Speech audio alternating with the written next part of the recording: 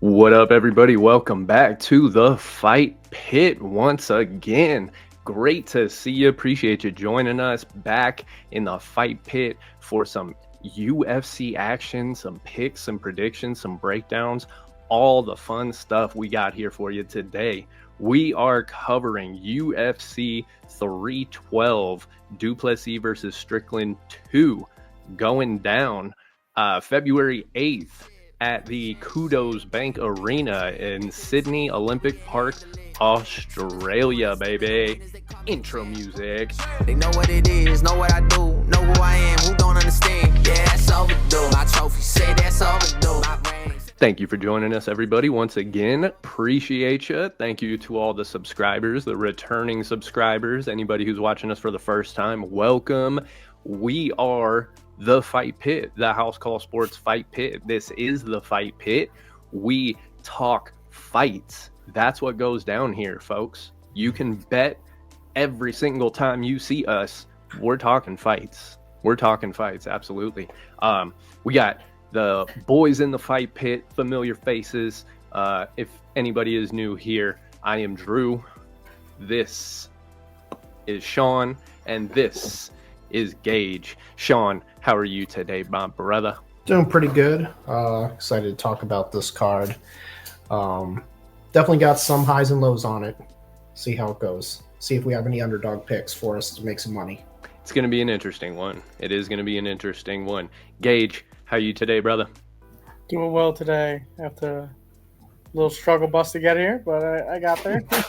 Yes, it has just been, it's been one of those weeks for me as well too, but it is always so much better having some time in the Fight Pit with you guys talking fights.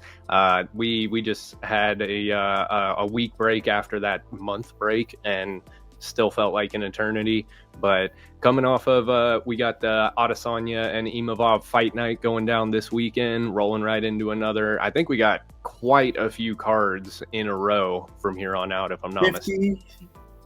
50 straight. Yes. 50 straight? I think was the one I saw.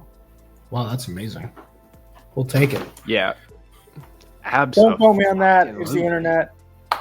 No. I just be saying That's things. true. That's sometimes we do just be saying things, but the point that Gage is making is that we have quite a few in a row, and frankly, I think that we earned it. We've put so much into the UFC. We went a month and then another 2 weeks, and it's just they're asking quite a bit of us lately. I think that we've earned 50 fight cards in a row. We got UFC 312. It's going down in Australia. It is the Dricus, Plessis, and Sean Strickland rematch with Weili, Zhang, and Tatiana Suarez going on in the co-main event, plus some other good fights that we'll look at too. We'll cover some of the prelim fighters that we're looking forward to, let you know any bets that we have on those, and we'll get right on into it, baby. They know what it is, know what I do, know who I am, who don't understand. However, before we get too deep into this UFC 312 episode, we do have to give a shout out to our sponsor, Vivid Seats. Online ticket marketplace where fans can buy and sell tickets to sports, concerts, and theater events nationwide with a 100% buyer guarantee designed to give you peace of mind, safe and secure transactions. Your private and personal information should remain private and personal, and Vivid Seats is going to make sure that that happens. Full service customer care. You deserve hassle-free assistance from start to finish, and that's what you're going to get with Vivid Seats. Being there is all that matters. Vivid Seats is empowering every fan to get to the live events that shape their most vivid moments and memories. Over 1 million plus unique and in-demand events sold on their site. Over 19 million pumped fans that have found their event tickets through Vivid Seats, and over 140 million memory-making tickets have been sold on their site. Vivid Seats, proud partner with ESPN, Capital One, San Francisco 49ers, Los Angeles Kings, Make-A-Wish, and the Fight Pit. So thank you very much to Vivid Seats for keeping the lights on in the fight pit. If you guys want to hit Vivid Seats right now, go right down in the description, right down yonder, just about a half a scroll or so. There's a link. You click that, take you right there. We got you covered. So thank you, Vivid Seats. Appreciate you. They know what it is, know what I do, know who I am, who don't understand. Now, we getting on into UFC 312 Prelim fighters to watch. Now, the first one I'm going to throw out there, we have, me and Sean were taking a look at this one. First fight of the night, we got Hyung Sung Park, 9-0, versus, cover me, I'm going in, Nyamjargal Tumendemberol, and he is 8-1. That's gonna be a pretty cool fight. I'm anticipating a good fight. Other names that I wanted to throw out there of note. Shout out to Slava Klaus Borshchev out of Team Alpha Male, friend of the Fight Pit. Hopefully we can have him on. Going up against Tom Nolan, 8-1. That's going to be an interesting one. Tom Nolan, very dangerous striker. Slava Klaus, of course, dangerous striker in his own right. So that should be an exciting one. I'll let you guys cover the rest of them. You can't forget your alternate persona, Wang Kong, fighting on the prelim. Yes. I didn't want to be the one to address the elephant in the room, but Wang Kong is absolutely showing up on this one. Going up against, since you mentioned it, Bruna Brazil, which is, I think, going to be a pretty solid fucking fight. Bruna Brazil fighting nerds, if I'm not mistaken. Yes, you were correct. Yes. Yeah. So, and I It's think a big underdog for fighting nerds. Yeah, that's what I was noticing too. And Wang Kong coming off of her first loss, she's 6-1 now. So you got to think she's probably looking to bounce back. I think that's going to be a sweet fight. But any other fights? Is there any bets on the prelims? Anything you guys want to lock in or highlight? Obviously, I'm interested in seeing Alexandre Topuria, and yes, that last name is familiar because that is Ilya Topuria's brother. This is his UFC debut, and he's going against the world-known Colby Thickness. We were waiting for you to drop it on this one too. Probably one of the greatest names I've ever seen. Colby Thickness. Colby Thickness, by the way, a record of 7-0. So yeah.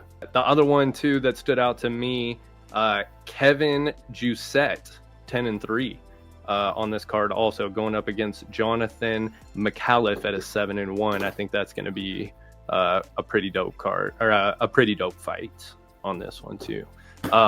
Any bets, gentlemen? Anything that you want to lock in? I think the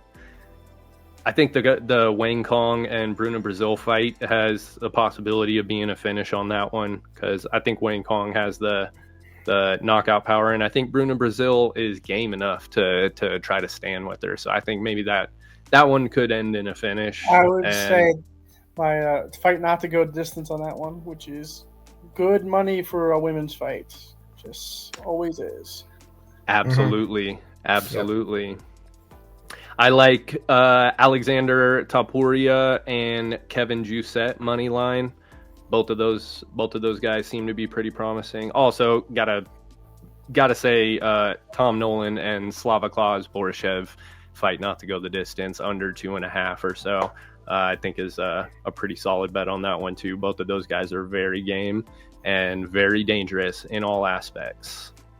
I'm gonna pick an underdog and on this, Jack Jenkins. I understand his one issue that he has with his losses have been the grappling. And Gabriel Santos is a very good grappler, but Jack Jenkins, he just hurts people. It is brutal watching him fight, and you don't see people get hurt that bad down at 145. And even before the UFC, he was annihilate, definitely the leg kicks. Like we talk about Justin Gaethje's leg kicks, this guy legitimately breaks people's legs. in multiple. I think there's been 5 recorded broken legs by him, which is disgusting. God. And, oh my God. Yeah. And supposedly he fought his last fight was against Burns, Gilbert Burns' brother, Herbert Burns. Oh, and, yeah, he destroyed his legs. Oh my God, he couldn't stand. I rewatched that fight and I'm like, and that was great grappling. It showed the grappling defense in that fight. So I think he's going to keep working on that. He's had almost a year off, if I'm correct. He's been off for a while, so I could definitely see him stuffing the takedowns, and on the feet, I'm giving it to Jack Jenkins 100%. Definitely with what he can do to someone's legs. Gage, if you got anyone money line or single bet on the entire prelims that you're most confident in, what are you throwing on? It would be the Wang Kong, Bruno Brazil, not to go the distance. It's good money odds. I don't see a world where that fight actually makes it, because I think they either going to throw hands or someone's going to get submitted, because Bruno Brazil, she can grapple. Game, absolutely. And I think that's a super solid call, considering that Wang Kong, coming off of her first loss, her odds to win by KO were ridiculous. Like you have to pay fucking money to bet that in the past one. And coming off of a loss, I think this is a good time, because they're probably gonna close that gap a little bit. She might be able to get a little bit more plus money on those picks for her. And Bruno Brazil, just never a bad bet. We talked about it. That camp is cranking them out. No Diddy. I believe Kevin Jousset is out of the Fighting Nerds too. Who is that? The one that Gage always... Mauricio Rufy. That's the other one. He's supposed to be on 314. That's what I thought was rumored. I thought I saw him rumored for 314. Was that one of them? Yeah, at least that was rumored. I wish I could pull up where I saw all the fights and whatnot, but I don't know if it was from a reliable source. But I thought I saw he was supposed to be fighting on 314, as the rumor was saying. So this could be total bullshit. So just take it with a grain of salt. We will. We'll definitely revisit that towards the end of this episode too, because I would love to know if he's on that one. Oh no, my mistake. Kevin Jousset is at City Kickboxing with Izzy and Dan Hooker in them. Another, very dangerous striking gym to be out of. But yeah, Kevin Jousset, City Kickboxing, Bruno Brazil, Fighting Nerds. You got Colby Thickness versus the Tapuria brother, and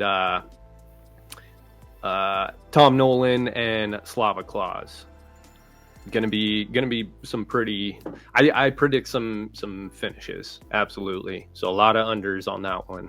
They know what it is, know what I do, know who I am, who don't understand. That's gonna do it for the prelims. We are gonna jump right into the main card. Sean is going to kick us off on this one with Jake Matthews versus Francisco Prado.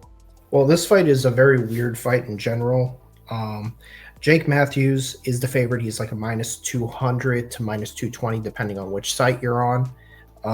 He's 20-7, 5 KOs, 8 submissions, 13-7 in the UFC. So you're 20 fights, obviously a veteran. He's only 30 years old. He's had 20 fights and he's 30, which is unbelievable. So Jim Miller, this guy's coming for for that number, amount of fights. He's 5'11", 30 years old, 73-inch reach. And then Francisco Prado, 12-2, 6 KOs, 6 submissions. And his 2 losses have been in the UFC. He's 1-2 in the UFC. And he's both those losses are by decision, so he does not get finished. But every fight he wins, he is going to finish you. He's 5'10", 22 years old, so rookie. He's a young blood. 69-inch reach, shorter reach, 1 inch shorter. Francisco Prado is moving up in weight class. His first 3 fights were at lightweight. This is his first welterweight fight. That's where my decision is mostly going to be made. Jake Matthews has experience, and at 30 years old, you're in your prime. Like, you're obviously being in 20 UFC fights. Maybe you're not, maybe you are, but he's going to be bigger in the octagon. I've looked at pictures of these guys and I've watched a few of their fights, and it's Jake Matthews is, yes, he's 5'11", and it's like that's not the biggest welterweight, but he does carry muscle. He's a bigger dude, and I think that's going to, for Francisco Prado's first welterweight fight, that's going to be an issue. He's going to have to take some time, gain more muscle, if this is going to be his weight class. I could be completely wrong. Francisco Prado could absolutely be one of those guys where he moves up in weight class, he gets more power, he's just going to starch everything under the sun. That could be the case. I'm just not going to bet on it just yet. I think his next fight, whenever that is, I think it will be a lot better. I know starting off in UFC 1 and 3 sucks, but there's been quite a few guys in the UFC that have started off with bad records and end up turning it around. For example, Merab Dvalishvili started 0-2 in UFC. So things can happen. You can start off bad and still turn it up. And Prado's last loss was a decision to Zellhuber, and I mean, Zellhuber just had fight of the year last year, so you can't really hate on that loss. So he's had legit and lost to Malarkey, which Malarkey's, in my opinion, is not that great, but so that one's a tough loss to lose to. So that's where I'm gonna go Jake Matthews, the experience, the size. I'm gonna say he's gonna win by decision because once again, Francisco Prado doesn't get finished. He is a very good fighter. I think the weight is just going to be an issue at this point. Jake Matthews, I'm going to say 29-20. I think Prado's going to have a good round, maybe a good third round, but sprinkle some on Prado getting a finish because that's what he does in all his wins, 12 wins, 12 finishes. So sprinkle something on finish for Prado, but Jake Matthews money line is what I would make my bet. And as far as the rounds, are we going over 2.5 or playing it safe and going 1.5? I'll say play it safe for 1.5, but my bet would be more the money line than the rounds on this one, just because the 1.5 nice. Prado could still get a finish in the second or third round if he does get the fight. Good call. Good call. So the bet we're taking Jake Matthews by decision. Yeah. Solid. And this is definitely one, if you want to make an underdog parlay, I am totally on board for picking Prado. This is not one of the, like, I see minus 215, and I think that's a little bullshit. So I could see this being a lot closer. There are some dogs on this one that I think are going to hit. Absolutely. Absolutely. I would not be surprised if I lose this one, 100%.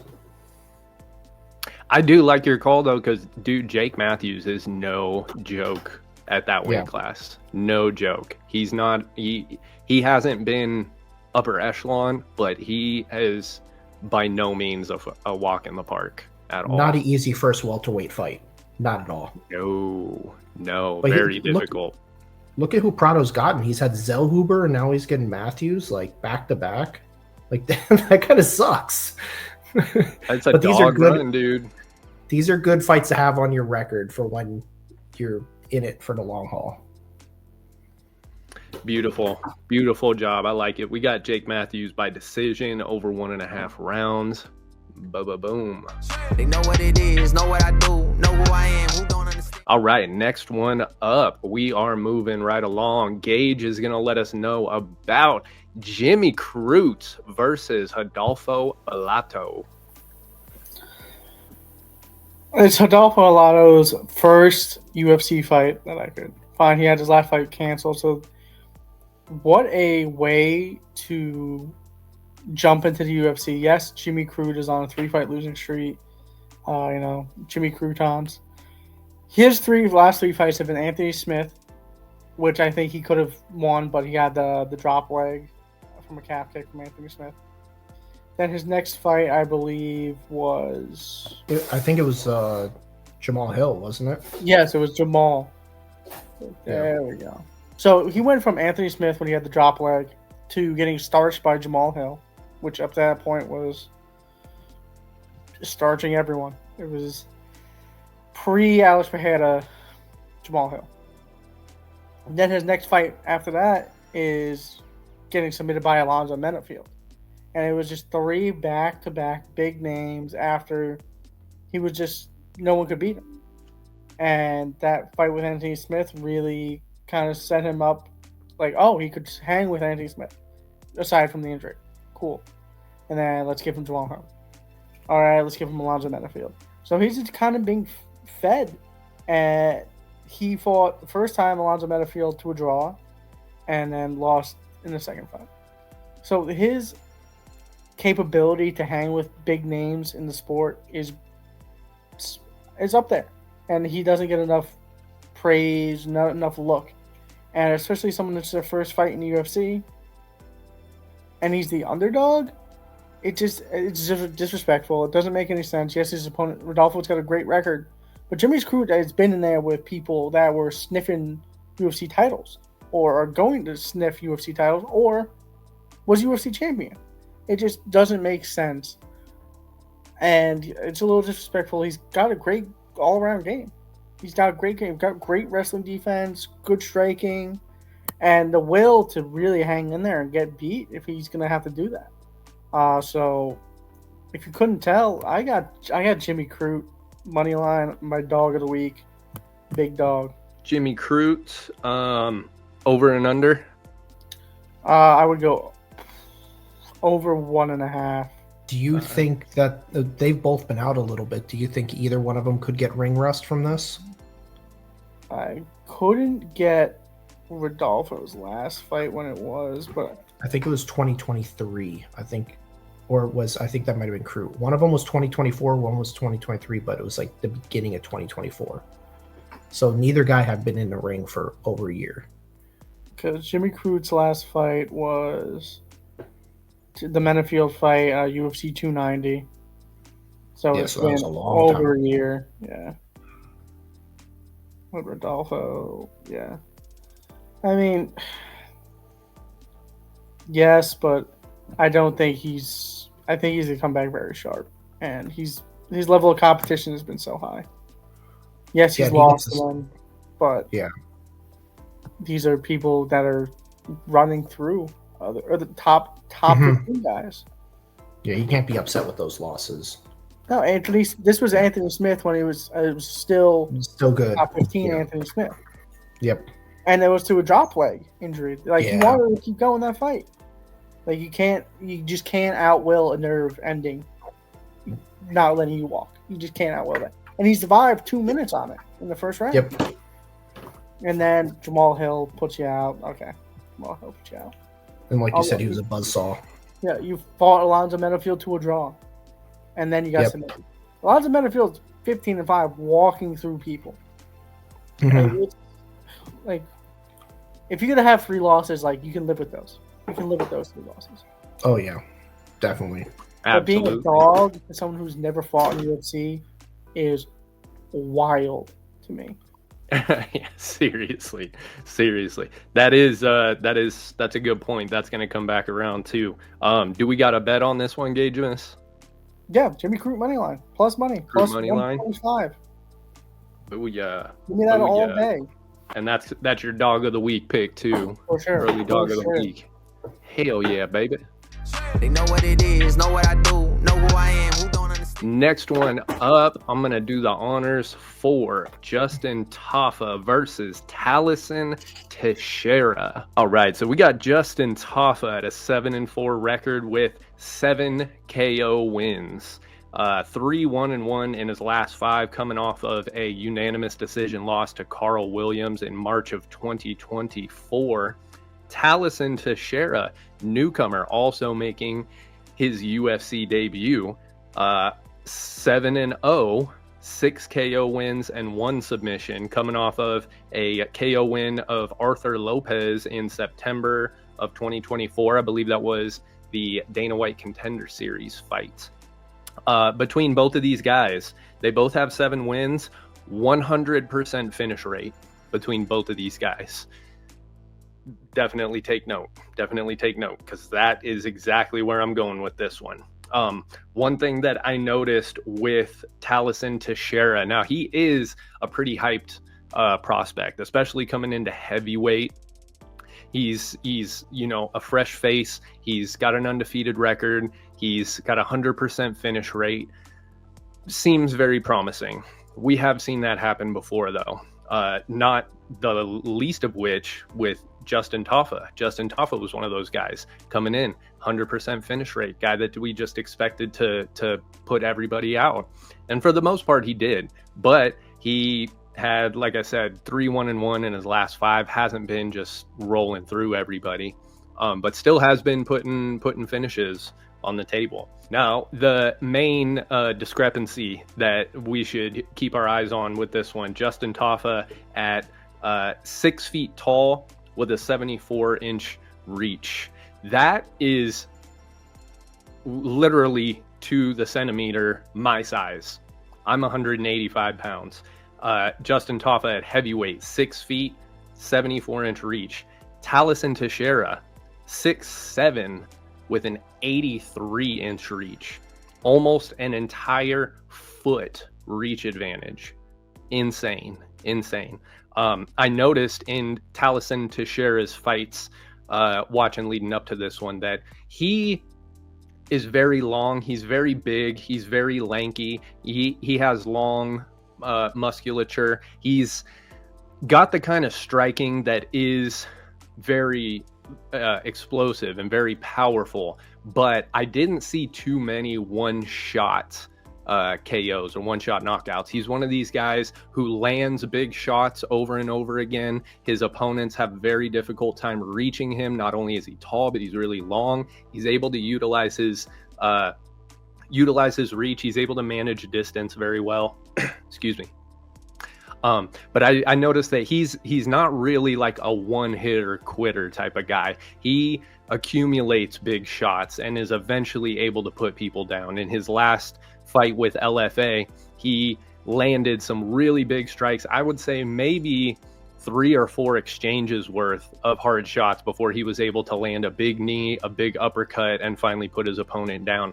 Justin Tafa is a one-hitter quitter type of dude. He lands one, you're going down. That, I think, is going to be Justin Tafa's saving grace if he can reach this dude, because this dude is massive. He towers over the cage of the octagon. When they're doing the introductions, the top of the cage is like right here, like shoulder height on him. He's a massive dude. So I think Justin Tafa is going to have a very difficult time reaching this guy. And again, to Gage's credit, with Tallison making his debut, he, as of right now, was a -150 to Justin Tafa at a +130. So we got some debutantes coming in as favorites. Does not happen very often. It is understandable, though, because like I said, Tallison Teixeira is he's a monster. But I think that this is going to be a telling debut for him. I think that this is going to be a good test for him. Justin Tafa is a very tough dude. And if he puts one on you, it's lights out. It's good night, Irene. You got to be very, very cautious going up against someone like Justin Tafa. I am leaning Justin Tafa on this one, just from in my gut, in my heart. I believe Justin Tafa should have the odds on this one, but I fully understand the height discrepancy, the reach discrepancy, both of them having a 100% finish rate. I think it would be smarter to go Tallison Teixeira on this one, and that's who I'm going to go with, but not very confidently at all, because we've seen Mark Hunt versus Stefan Struve. Those guys, all he has to do is reach you, and if the way Mark Hunt did it, reached him by jumping. He literally had to jump to reach Stefan Struve. If Justin Tafa is able to make something like that happen, could be a very short night, could be a very upsetting debut for Tallison Teixeira. But just based on ethics, based on using the brain on this one, you got to go with Tallison Teixeira. I'm going to say Tallison Teixeira, official pick. I'm going to say that either way that this fight goes, It is not reaching the third round. I'm saying this one is going under 2.5. I'm saying this one is going under 1.5. I'm saying this one does not go the distance. Whichever you feel is best, whichever you feel the most comfortable with. This fight is going to be a finish one way or another. One of these guys is not walking out of his own accord. Somebody is going out in this one. So I'm going to say the bet on this one is fight not to go the distance. It's going to be astronomical odds on that one. It's going to be like minus 1,100 or something. You're not going to make very much on it at all. I would say if you're looking to make some money, go under 1.5. I think it's still probably going to be minus money, but it's going to be a good one. It's going to be a good one. The main point, someone's getting finished. They know what it is, know what I do, know who I am, who don't understand. All right, and that is going to take us into the co-main event of the evening. We have the champ, Weili Zhang, taking on number 1 ranked Tatiana Suarez. We'll get some specs on him real quick, and then we'll go around the horn and get the picks. Weili Zhang at a 25-3 record, 11 KO wins, 8 submission wins, 6 decision wins, 4-1 in her last 5, coming off of a unanimous decision win over Yan Zhao Nan in April of 2024. Tatiana Suarez, perfect 10-0, 2 KO wins, 5 submission wins, 3 decision wins, coming off of a submission win over Jessica Andrade in August of 2023. It's been a while. I'll let Gage kick us off on this one. Gage, how do you see this one going, my man? We've on the segment have been talking about Tatiana Suarez for going on 2.5 years now. But I think it was Sean that brought it up in our end of the year wrap up, New Year predictions of, do we know, can she check the ground game of Weili Zhang? And we don't know. We just don't know. It's so tough because I do really believe that she has what it takes to win, will be women's champion at some point. It's the tier rung in that division is crazy. You got like the top 4, and then you have the shuffle going on below that. Unfortunate side effect of the sport, but the skill difference is, I think, quite clear. I personally just don't think she can get Weili off her game. She has to make it super ugly and needs to derail the plan from Weili's corner. I just don't think you can. She looked great in her last fight. The fight should have been over in 1 round, but if you wake back up and you can fight 4 more rounds, good for you. Good for you. It's so tough to call because I want to see Tatiana win, but I can't deny just the over dominance of Weili. She lost the Rose, came back, and hit the ground running again. So I have to say I think it's Weili. We got one for Weili. Sean, hit us with it, brother. How you see it going? On the end of year episode and this year prediction, I picked Zhang Weili to be the champion at the end of this year. She's 35 years old, and you think, oh, the 35-year-old curse, that's in the men's anywhere from 155 and lower. But Tatiana Suarez is 34. She missed 4 years. She's missed another 2 years. So she's just been injury prone. It's unbelievable how and being off that long and then stepping in the cage with Zhang Weili is unrealistic. Could Tatiana Suarez win this fight? Yes, but she is hittable, and she's not going against one of these other women that don't have power. She's going against a lady that has 11 KOs and 25 wins. So don't forget insane kick power. Yeah. So those legs are going to get messed up. Your head's going to messed up. She's great at body shots. Zhang Weili is all around an unbelievable fighter. I honestly, like, after this, I don't know what's next for her. She could retire, she could move up if she wins this fight. But this fight, I would love to see Tatiana Suarez win because we've been talking about her for 2 years here in the Fight Pit.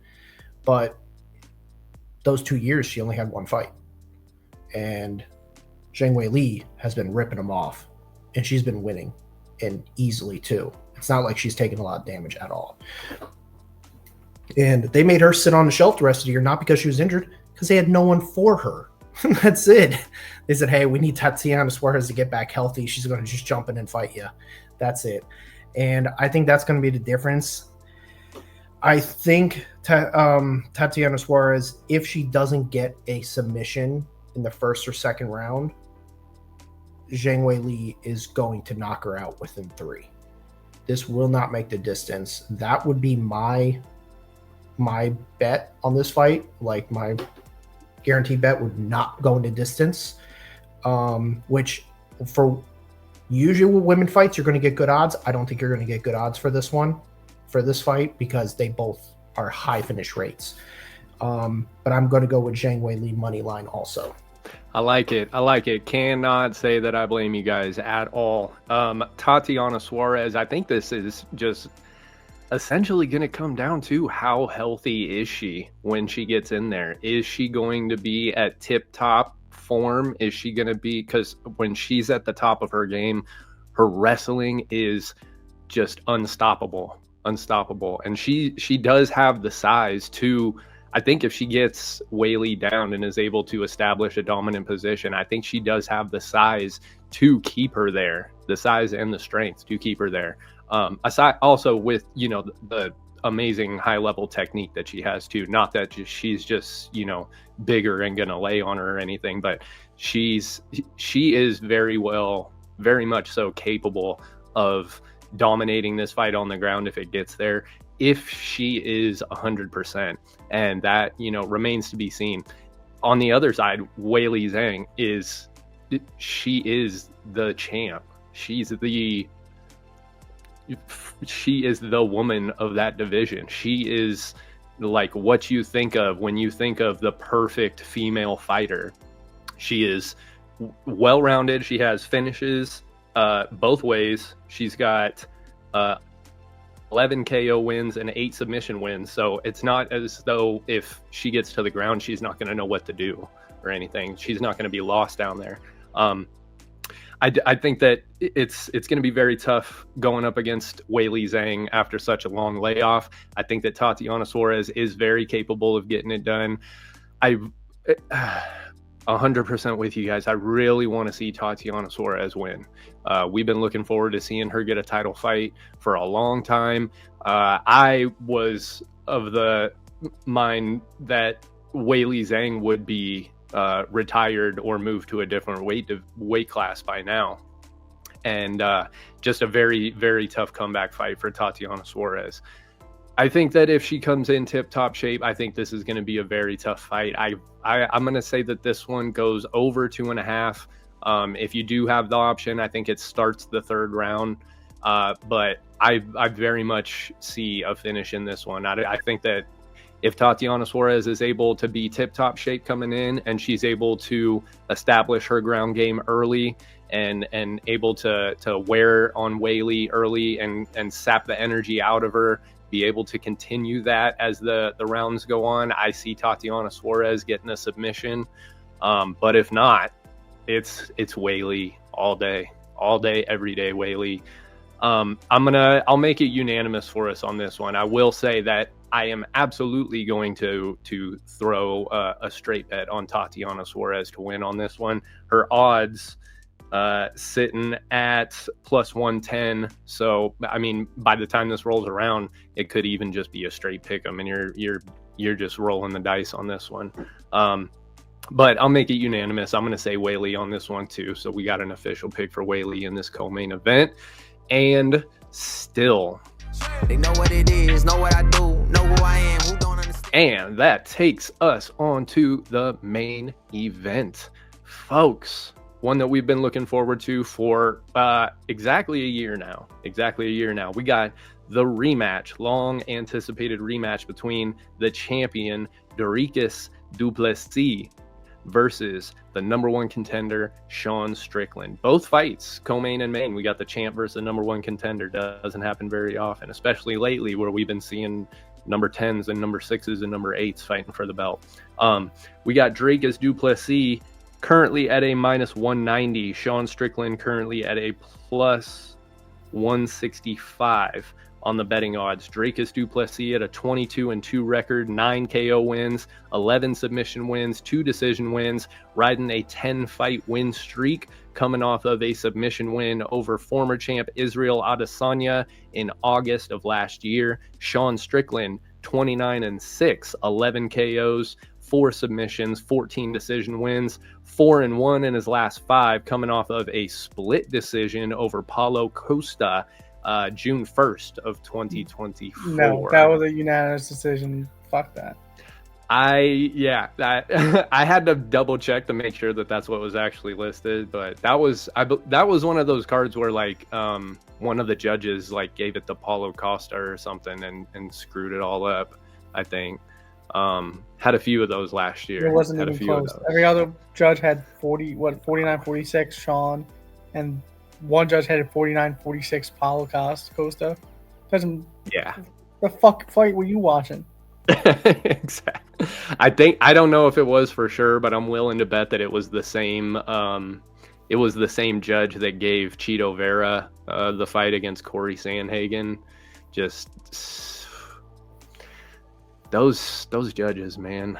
I can't wait until we get like crowdsourced judging where we have like 10 different judges and we don't have to deal with this BS anymore, or just judges who know what they're doing.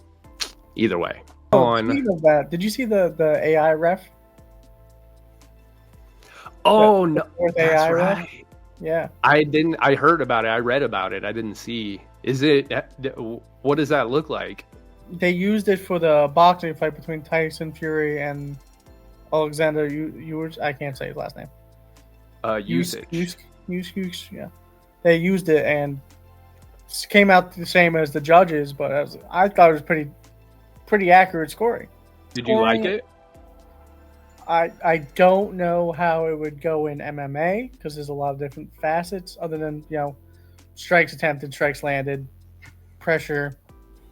But it was very similar to my scorecard.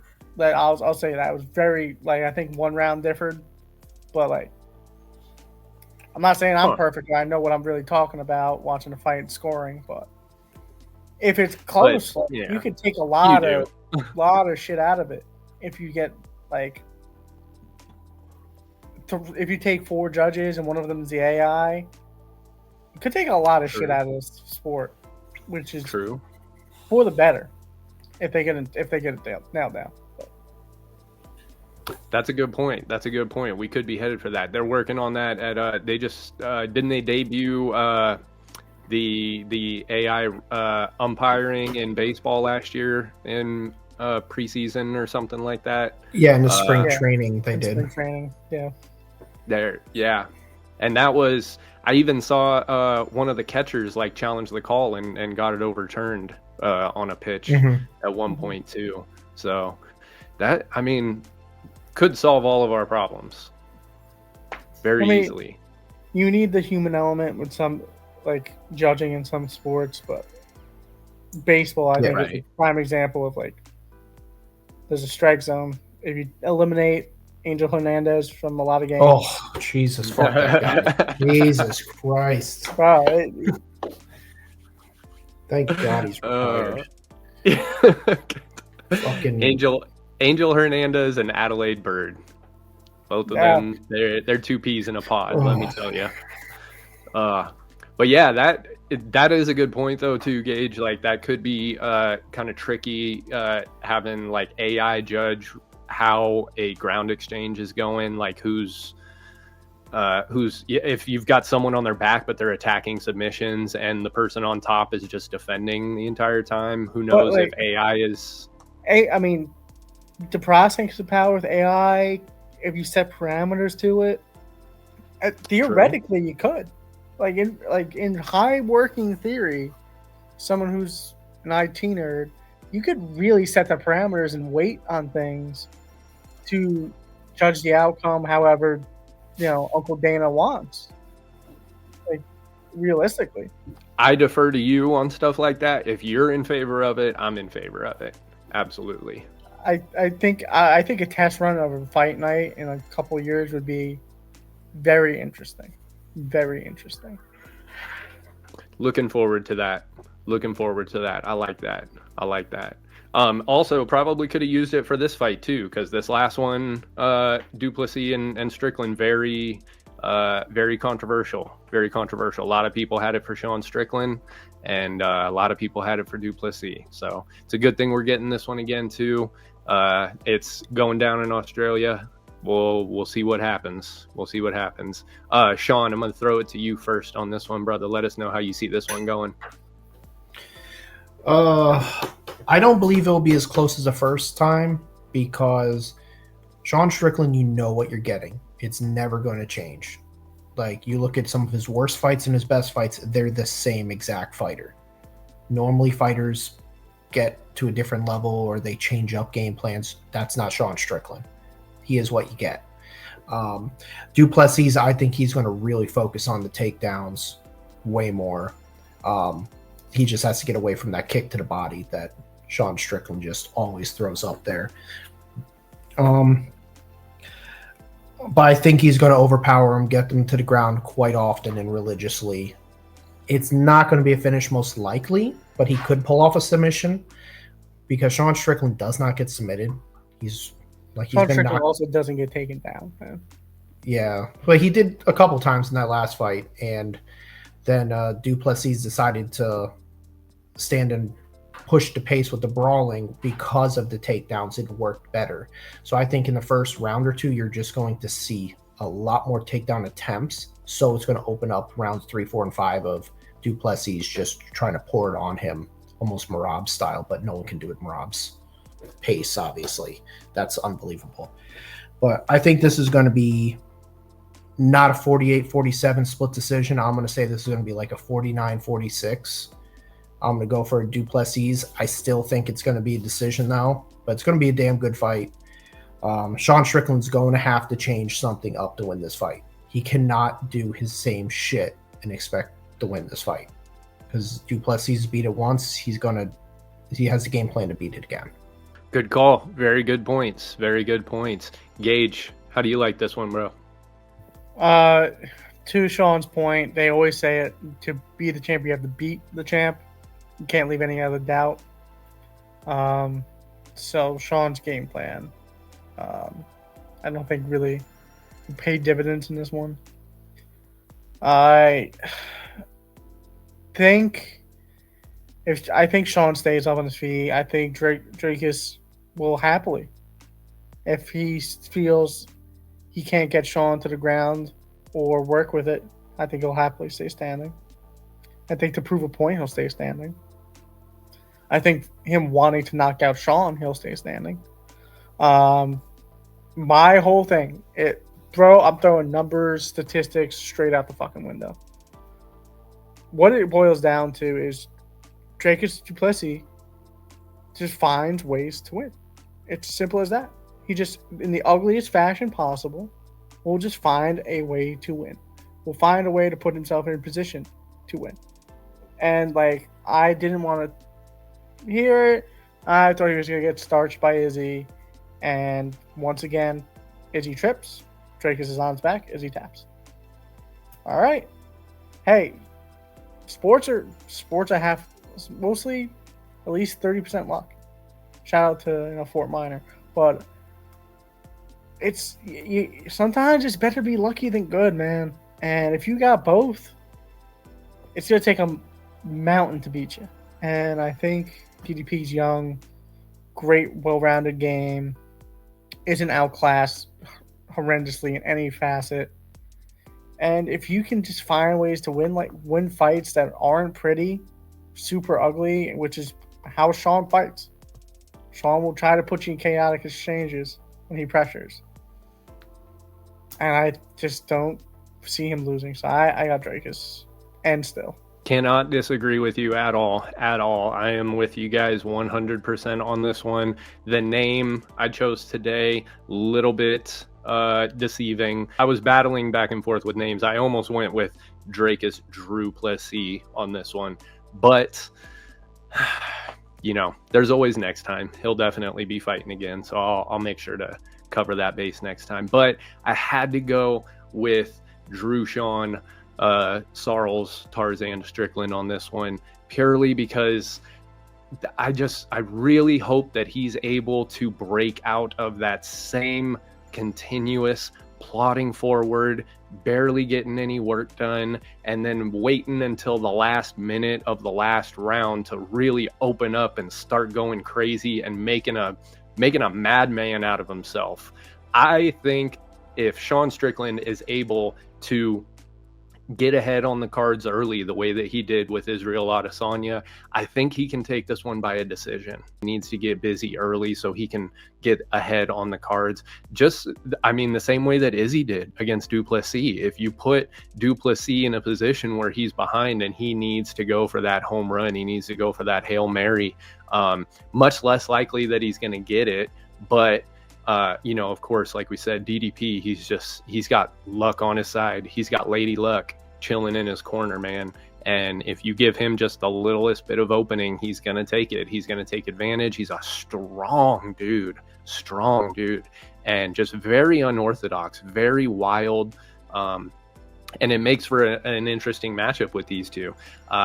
Both of these guys are considered, not the best at what they're doing, but good enough everywhere that they're able to put it together and dominate. Sean Strickland has to kind of break that cycle of being the guy who's just constantly plotting forward, constantly in that Philly shell, covering up, moving, looking to counter, looking to land a little strike here and there, straight punches, 1-2s. I think he needs to break that up. I think he needs to get going early. He needs to land early, maybe even, throw some kicks here and there. I really want Sean Strickland to win on this one, but I think that Dricus Du Plessis is just, he's at that point now where he looks unstoppable. He's beaten the last 3 middleweight champions at this point. And I think it's still his time. I think he's most likely going to be the one that gets this one. I think the last one was pretty close, but I understand how Dricus Du Plessis was able to walk away with the victory in that one. I'm going to go with DDP as well. I'm going to say this one. I'm going to say this one goes over 3.5. They know what it is, know what I do, know who I am, who don't understand. All right, wrapping up the main card for UFC 312, we're going to take a look at our locks and dogs of the week. We've been continuing our winning ways with our locks and dogs in 2025, depending on how this weekend goes with Adesanya and Imavov. Do you guys want to do you have any dogs or anything that you are looking forward to on the Adesanya Imavov card? Imavov in general, like if he beats Adesanya, it's an end of an era for Adesanya. And it's also like, we got now we got to talk about how there's Khamzat Chimaev right there, and then you got Imavov right there. It's like we got middleweights looking like a really fun division. All these new contenders just going nuts. So that's point. The underdog I'm looking at, because that's the biggest statement that could be made. That's a good point. The one that I threw out there was Vinicius Oliveira going up against Said Nurmagomedov. We already saw one of the Nurmagomedovs get upset so far this year, and albeit it is the year of Coach Khabib, I like Vinicius Oliveira in that one. I think that he's been more active. I believe Nurmagomedov hasn't fought in the last 2 years. A very dangerous fighter when he is. He was a teammate training partner with Zabit. So when he's on his game, he's very, very dominant, very unstoppable. But Vinicius Oliveira just staying consistent. He had that flying knee knockout last year contender for knockout of the year. I think if anybody's going to get him, Vinicius Oliveira can definitely get him. So I like that. We'll see how this weekend goes. But as of right now, we are at 100% hit rate for our dogs of the week in 2025. Only been 2 cards so far, but still 100%. Pressure's on. Pressure's on. We'll take it. Yeah. We're right back to where we were, where we started off with at the beginning of last year. Had a rough summer, but we're right back to where we were, and I'm very happy about that. Taking a look at this one, like I said, Justin Tafa, if he's able to reach Tallison Teixeira, Justin Tafa can make it a very quick night. Not long odds, but at this point, an underdog, I believe a plus 130. Yeah, plus 130 for Justin Tafa. And Gage's dog of the week, we already got locked in, Jimmy Crute at a plus 120. Jimmy Croutons. Not a bad look. Jimmy Croutons, baby. Jimmy Croutons. Not a bad look at all. Not a bad look at all. If we're looking at the current odds for the main and co-main events right now via, Bovada has Dricus du Plessis at a minus 200 right now, with Sean Strickland at a plus 170. They don't see it being as close as the last one is. Or as the last one was. Saying. Yep. Very good call. And I was saying it could be a pick'em, but right now we have Weili sitting at a minus 138, anywhere from a minus 131 to a minus 152. Tatiana Suarez from a plus 110 up to a plus 121. Bovada has Weili at a minus 138 and Tatiana Suarez at a plus 117. We got Jimmy Crute locked in. Sean, do you got a dog you want to lock in? So you guys both have the fighters that are fighting debuting fighters. It's tough to pick. See, I was going to do Tatiana Suarez, but at the same point, I just don't believe she wins. Like, I want to make this pick mean something. And Drew, I don't know if I could go with yours just because my heavyweight record is the worst of probably all of us. So if I pick yours, you're I'm not. So I think I'm going to go with Gage here. I think I'm going to go with, and plus his underdog hits have been ridiculous too. So.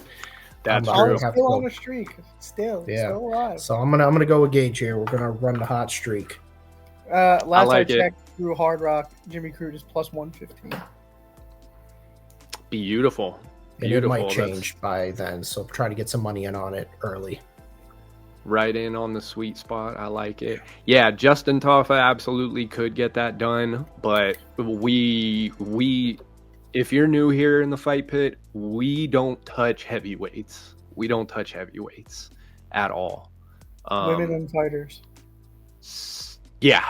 Or not even a smirk, Sean. Not even like a little something. Somebody's got to be the adult here. I appreciate you. Sure, fine. It's not me on Instagram. Yo, that was crazy, bro. Oh gosh, that one was great. I was like, oh, I want to mess with this guy.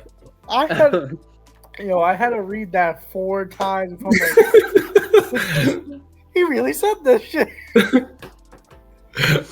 Oh, we can make it work. Well, we can make it work.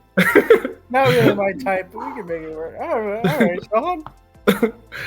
Oh my god. We almost made it through an episode without me tears of laughter. Tears of laughter. I love it. Right now, Bovada has Jimmy Crute at plus 120 for Bet Online and Bovada. Anywhere from a plus 110 up to a plus 120, depending on who you're going with. So get on that Jimmy Crute. Get on that Jimmy Crute money line ASAP.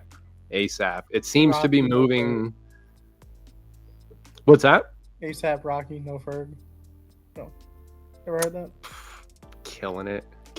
I like, dude, your references are just so on point. Everybody knows that.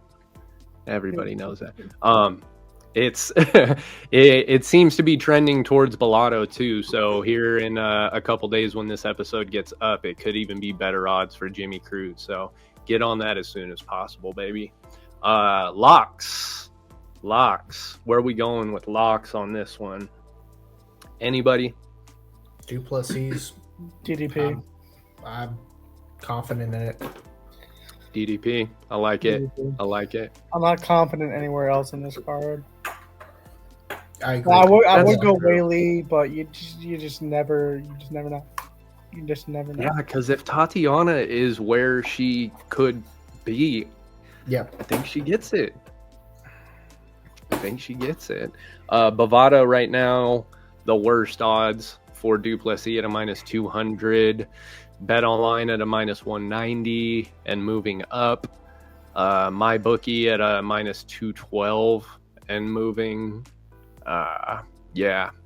So, I mean, if you like Strickland, definitely hang on for a couple days and you could get a +200 on him. But if you like Du Plessis, you got to get that locked in quick. How about the prelims, gentlemen? Anybody we want to throw out there money line as far as dogs and locks?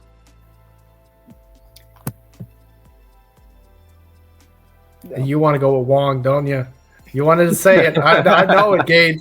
I saw that's for. No, I already said it. Can't be that horse. Oh man. Wang Kong at a -395. Bruna Brazil at a +310. One that I do want to check out too is I want to see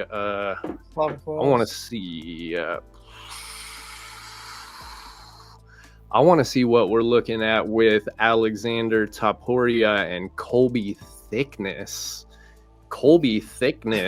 Some thick odds right now at a +275. So they're betting on Topuria to come in and be doing what his brother is doing. He's at a -325 currently. So extra thick on the dog odds for Colby Thickness. And I'm sure whenever I do finally hear somebody say his name, it's going to be like Thickness A or something. But I'm sorry, dude. I don't know who you are, but you're Colby Thickness now. And we're backing you on that one. Tom Nolan and Slava Claus. Tom Nolan, a slight underdog, sitting at a +130 right now. Tom Nolan is somebody we've hit on him with the knockout picks, but there was one, I believe, Sean, that we had where we had him by knockout and he win a decision. So yeah, it was -1100 in that fight, and it goes to decision. Yeah, that's the one. How are you -1100 and go to decision? Oh, that's unbelievable. Gosh. Brutal. That was a brutal beat. That was one of our brutal beats for that one. We had one really bad beat. Peyton Talbot. The boy himself. Gosh. That one was bad. I still got your back, Peyton. I'm still picking Peyton for everything. You said it. Hey, avoid that grappling and piece him up. You're walking on. Yeah. And I hate to be this guy. I don't like when people do this, but I'm not the fighter, so whatever. I'll take the flack for it. Barcelos was dirty in that fight. I counted 3 times where he had his fingers when he had Peyton Talbot's back and Peyton Talbot was turtled up trying not to give up hooks or anything. I counted 3 times that Barcelos had his fingers inside Peyton Talbot's gloves, and then also grabbing the cage. Herb Dean was able to catch one of them and give Peyton Talbot the position on it, but that just rubbed me the wrong way. I'm not saying that's why Peyton Talbot lost the fight, but I'm saying that's why Peyton Talbot lost the fight. Fuck that. Fuck all that. So we got... Peyton took it in stride. That Instagram post had me rolling. He did, dude. Peyton's the man. Peyton, at his age too, being as self-aware as he is, and just having the, he's got a good head on his shoulders, and he's gonna go far with it. It's, we're seeing him hit those upper level speed bumps. Everybody's hit it. We saw Sean O'Malley with Chito Vera. Saw Conor McGregor when he faced Nate Diaz. Eventually everybody runs into somebody that shows you a hole in your game, and if you follow Peyton Talbot like we do, he's working on the wrestling nonstop from here on out. So count on him coming back bigger and better than ever in the next one. That'll be a good one. And hopefully the fucking betting odds will drop on Peyton Talbot so we can finally make some fucking money on him again. Gosh, his third fight in, he was a minus 1,600, dude. Like, I thought I was going to be making money on Peyton Talbot for a couple years before they started doing stuff like that, started giving him John Jones odds. But we got the lock of the week for this one. We're going Dricus du Plessis. Dog of the week, we are going Jimmy Croutons, baby. Lock those in as soon as possible, and get those picks. Tail fade, whatever you plan on doing. But either way, that is going to wrap it up for this one, everybody. Thank you guys so much for joining us. Real quick, I'll hit you with the full official picks. Boom. And there you have it. We will keep you guys updated on our records, how we're doing. If you guys aren't following us on Instagram, please be so kind as to go do that now. The official Fight Pit, at the official Fight Pit. We post all of our picks ahead of time. We post all of our records so you can see how we're doing after each card, and also how we're doing for the entire year. And then just interviews, we got fighter interviews, all the interview clips and shorts you can find on there too. You can find all of us, Sean Ryan Sports, 2 Gauge B3, High Fight IQ. We got the whole crew. We got the whole crew hanging on Instagram. And if this is your first time checking us out on YouTube, please hit subscribe if you would be so kind. We appreciate it. Thank you to everybody who subscribed. Thank you to everybody who supported us thus far. We appreciate you. We will be right back here for the next one. UFC. I didn't even look at 313 yet. We were talking about 314. I don't even know what 313 is. It really? Yeah. Mm-hmm. And Ankalaev. Mm-hmm. Yep. Oh, dang. That's going to be sweet. I think we have like 3 fight nights between 312 and 313. Yeah, we have fight night every Saturday for like the year. Good call. Next one up, we got Jared Cannonier versus Gregory Rodriguez. Following that, we got Henry Cejudo versus... Yeah, buddy. I like that one. The next one, February 22nd, Henry Cejudo versus Song Yadong. And then following that, we got Brandon Royval versus Manel Kopp. And then 313, Pereira and Ankalaev. I like it. Headliners.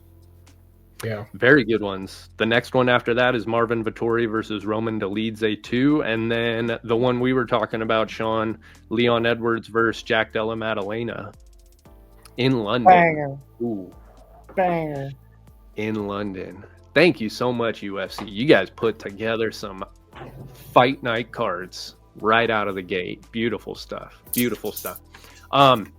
But we will be back for each and every one of those, so you guys tune in. We'll be here every single week. Thank you so much for tuning in today. We are out.